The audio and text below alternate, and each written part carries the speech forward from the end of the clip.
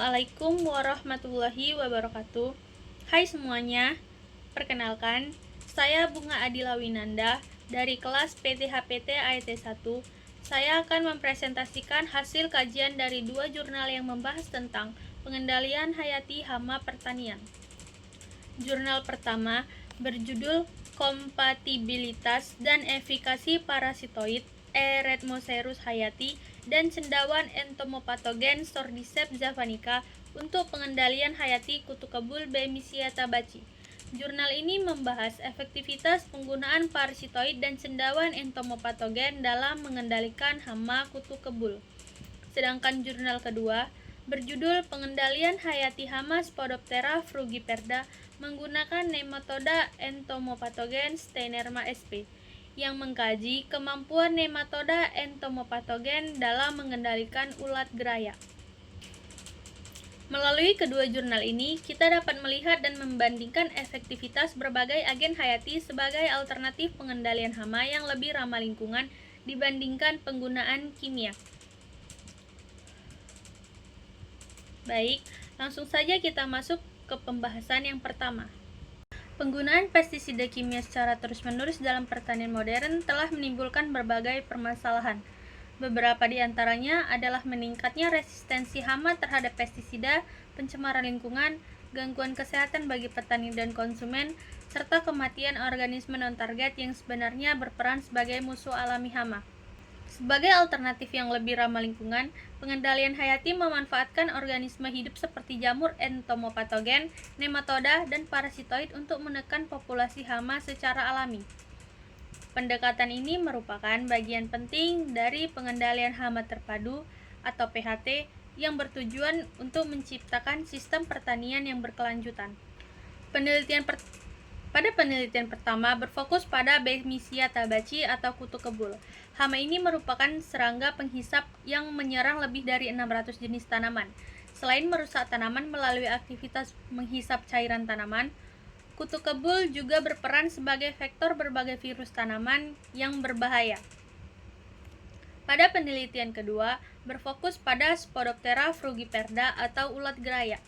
Hama ini dikenal sangat merusak tanaman pada tanaman jagung. Larvanya sangat rakus, berkembang biak dengan cepat, dan mampu menyebar ke berbagai wilayah sehingga menjadi ancaman serius bagi produksi pangan. Adapun persamaan pada kedua penelitian ini yaitu meskipun menggunakan agen hayati dan hama sasaran yang berbeda, kedua penelitian ini memiliki beberapa persamaan. Pertama, keduanya bertujuan mencari alternatif pengendalian yang lebih aman dibandingkan pestisida kimia. Kedua, keduanya menggunakan organisme entomopatogen yang mampu menginfeksi dan membunuh serangga hama. Yang ketiga, hasil penelitian menunjukkan efektivitas yang tinggi dalam menekan populasi hama. Dan yang keempat, kedua penelitian mendukung penerapan pengendalian hama terpadu sebagai strategi pengendalian yang berkelanjutan dan ramah lingkungan.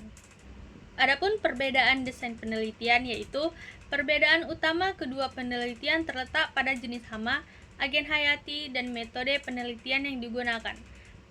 Penelitian pertama menggunakan kombinasi dua agen hayati yaitu jamur Cordyceps javanica dan parasitoid Eretmocerus hayati untuk mengendalikan Bemisia tabaci. Sementara itu, penelitian kedua menggunakan satu agen hayati berupa nematoda Steinerma sp. untuk mengendalikan Spodoptera frugiperda. Selain itu, penelitian pertama dilakukan di laboratorium dan semi lapangan, sedangkan penelitian kedua dilakukan di laboratorium dengan tingkat konsentrasi nematoda. Adapun hasil penelitian pertama membandingkan penggunaan Cordyceps javanica, Eretmocerus hayati, dan kombinasi keduanya untuk mengendalikan Bemisia tabaci. Hasilnya menunjukkan bahwa kombinasi kedua agen memberikan mortalitas tertinggi, yaitu sebesar 62% lebih tinggi dibandingkan penggunaan masing-masing agen secara tunggal yang hanya sekitar 54-55%. Hal ini menunjukkan adanya efek sinergis, yaitu kerjasama kedua agen yang mampu meningkatkan efektivitas pengendalian hama. Hasil penelitian yang kedua Pada penelitian kedua, menguji efektivitas nematoda Steinerma sp terhadap larva Spodoptera fungiperda. Hasil penelitiannya menunjukkan mortalitas mencapai 100% pada konsentrasi 1000 juvenil per mililiter setelah 120 jam pengamatan. Temuan ini menunjukkan bahwa Steinerma sp memiliki potensi yang sangat tinggi sebagai agen pengendalian hayati untuk ulat geraya. Perbandingan tingkat mortalitas secara numerik, Steinerma sp menunjukkan mortalitas yang lebih tinggi dibandingkan kombinasi Cordyceps javanica dan Eretmocerus hayati.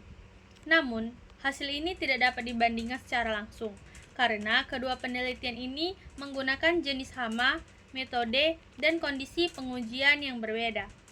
Oleh karena itu, pemilihan agen hayati harus disesuaikan dengan hama dan kondisi lingkungan yang dihadapi. Adapun keunggulan dan kelemahan agen hayati yaitu kombinasi Cordyceps javanica dan Eretmocerus hayati memiliki keunggulan berupa efek sinergis, resiko resistensi yang lebih rendah, dan telah diuji pada kondisi semi lapangan.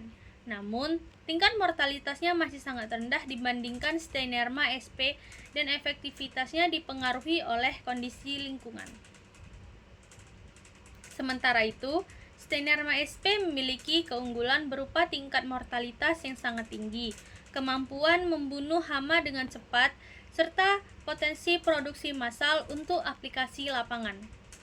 Namun, kelemahannya adalah sensitivitas terhadap sinar ultraviolet dan kekeringan, serta belum banyak diuji dalam kondisi lapangan terbuka.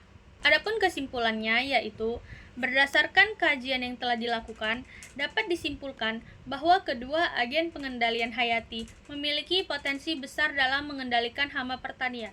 Kombinasi Cordyceps javanica dan Eretmocerus hayati memberikan efek sinergis yang mendukung pengendalian jangka panjang dan berkelanjutan. Sedangkan Steinerma sp menunjukkan efikasi yang sangat tinggi dengan mortalitas mencapai 100% pada kondisi optimal.